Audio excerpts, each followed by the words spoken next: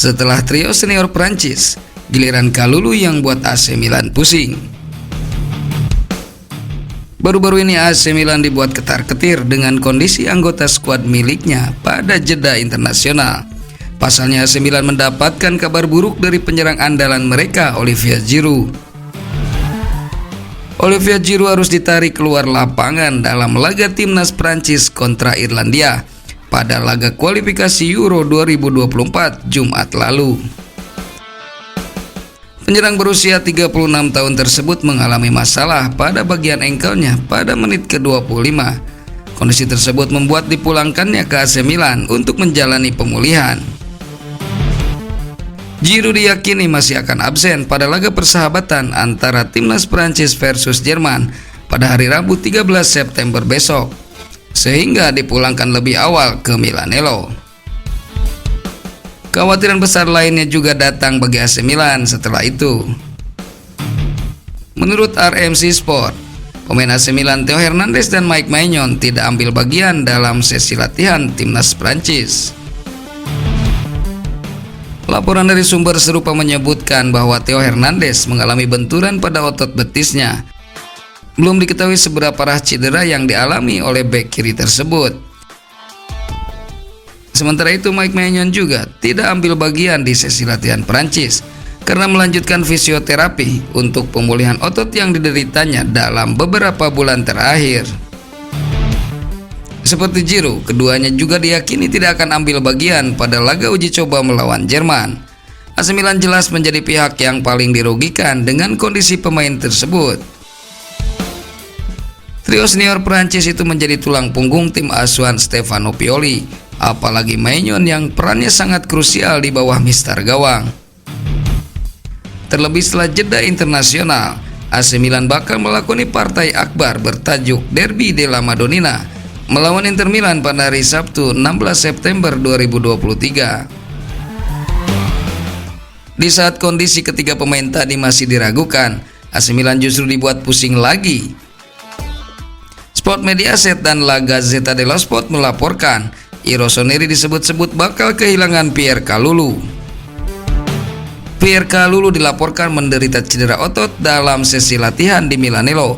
Padahal Kalulu diproyeksikan untuk tampil starter di jantung pertahanan untuk laga derby Milan.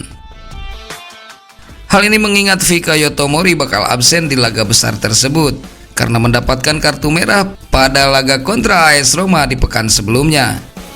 Dengan Tomori yang terkena sanksi dan Kalulu yang dilanda cedera, Pioli menghadapi krisis bek tengah. Meski belum diketahui tingkat cedera yang dialami Pierre Kalulu, Stefano Pioli diyakini bakal menurunkan duet Kjaer dan Thiaw sebagai bek tengah. Pilihan lainnya masih ada nama-nama seperti Mattia Caldara dan bek muda asal Argentina Marco Pellegrino. Pierre Kalulu menambah derita AC Milan. Cedera otot mengganggu sang pemain menjelang Derby della Madonnina. Kurang dari seminggu menjelang duel melawan Inter Milan, AC Milan disebut-sebut bakal kehilangan Pierre Kalulu.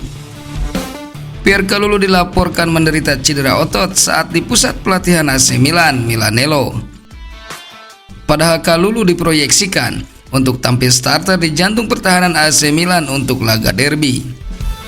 Hal ini mengingat Fikayo Tomori bakal absen di laga besar tersebut karena mendapatkan kartu merah pada laga kontra AS Roma di pekan sebelumnya. Dengan Tomori yang terkena sanksi dan Kalulu yang dilanda cedera, Pioli menghadapi krisis bek tengah.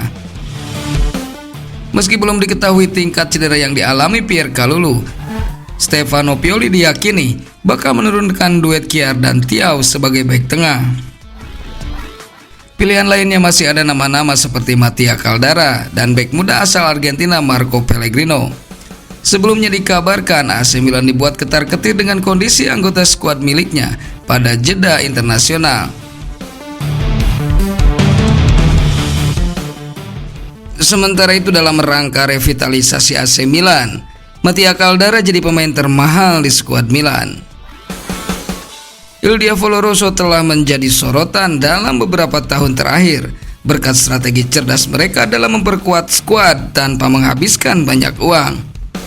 Salah satu hasil mengejutkan dari pendekatan ini adalah pemain termahal di skuad saat ini. Dalam upaya membangun tim yang kompetitif, Giorgio Furlani dan Jeffrey Moncada, dua tokoh kunci di belakang kebijakan transfer Milan, menargetkan untuk mendatangkan pemain dengan harga yang terjangkau sekitar 20 juta euro pada musim panas ini. Hasilnya mereka berhasil merekrut 10 pemain baru. Ini adalah kelanjutan dari strategi Rossoneri, di mana AC Milan enggan mengeluarkan uang besar untuk satu pemain saja.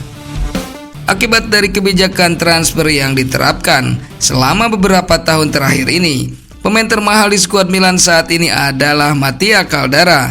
Bek ini bergabung dengan Milan pada tahun 2018, datang dari Juventus dengan biaya transfer mencapai 37,7 juta euro. Sayangnya perjalanan Caldara di Milan tak sesuai harapan. Cedera-cedera yang menimpanya telah menghambat kemampuannya untuk bermain secara konsisten, dan ia hanya mampu tampil dalam 2 pertandingan resmi untuk Rossoneri. Pada bulan Januari, spekulasi tentang masa depannya semakin kuat, dengan kemungkinan besar bahwa ia akan meninggalkan klub, bahkan mungkin dengan status pemain bebas transfer. Situasi Caldara adalah contoh nyata dari bagaimana sepak bola bisa memberikan kejutan yang tak terduga. Pemain yang datang dengan label pemain termahal bisa saja mengalami tantangan besar dalam menjalani karirnya. Bagi AC Milan sementara, Caldara mungkin tidak memenuhi ekspektasi dan hanya membantu dalam pendaftaran skuad. Mereka tetap berkomitmen untuk mencari pemain berkualitas dengan harga yang terjangkau. Strategi yang telah membantu mereka meraih kesuksesan dalam beberapa tahun terakhir. Sementara itu, Lucas Hernandez berharap bisa satu klub dengan sang kakak.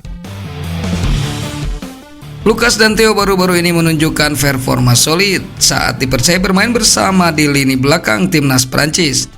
Keduanya starter ketika melawan Republik Irlandia. Theo ditempatkan di posisi bek kiri dan Lucas dimainkan sebagai bek tengah sebelah kiri. Keduanya berhasil meredam serangan lawan di sisi tersebut.